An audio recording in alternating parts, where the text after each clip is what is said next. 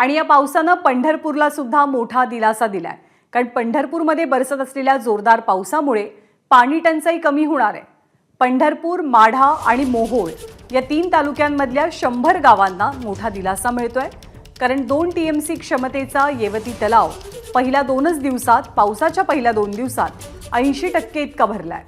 Oasis फर्टिलिटीच्या तज्ञांनी IVF उपचार पद्धतीद्वारे 1 लाखांहून अधिक जोडप्यांना मातृत्व प्राप्तीचा आनंद दिला आहे।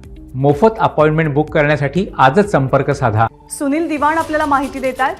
सुनील, उजनीसाठी आणि पंढरपूरसाठी हा पाऊस लाभदायक कसा ठरतोय?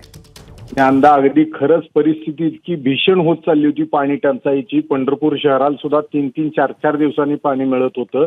अशा वेळेला गेल्या 5 ते 6 दिवसापासून जो पाऊस बरसायला लागलेला आहे, त्यांनी सगळ्यात मोठी खुशखबर आम्हाला उजनीची दिली आहे, जी उजनी -59.99 एवढ्या टक्क्याला गेली होती, म्हणजे इतिहासातल्या नीचांकी पातळीला गेली होती।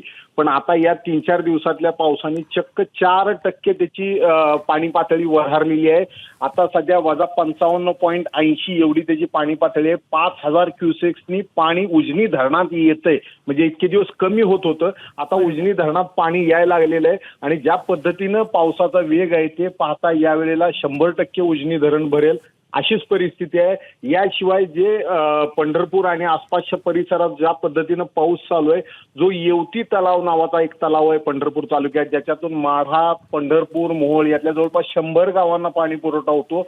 हा तलाव जो कोरडा पडला होता, या 2 दिवसाच्या पावसातच जवळपास 80 ते 85% हा तलाव भरलेला आहे।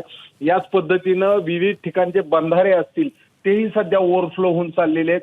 अशीच बातमी सांगोल्याकडे आहे, करमाळा भागात आहे, माढा भागात आहे, जिथं जिथं बंधारे होते, तलाव होते, या पावसाने भरायला लागले। जे पूर्वी वेगवेगळ्या धरणातून पाणी सोडून भरावे लागत होते, आता हे पावसाने भरायला लागलेले आहेत। आणि ही नक्कीच बळीराजासाठी आणि सोलापूर जिल्ह्यासाठी खुशखबर असणार आहे। ज्ञानदा, धन्यवाद सुनील या सगळ्या माहितीबद्दल। एबीपी माझा, उघडा डोळे बघा नीट।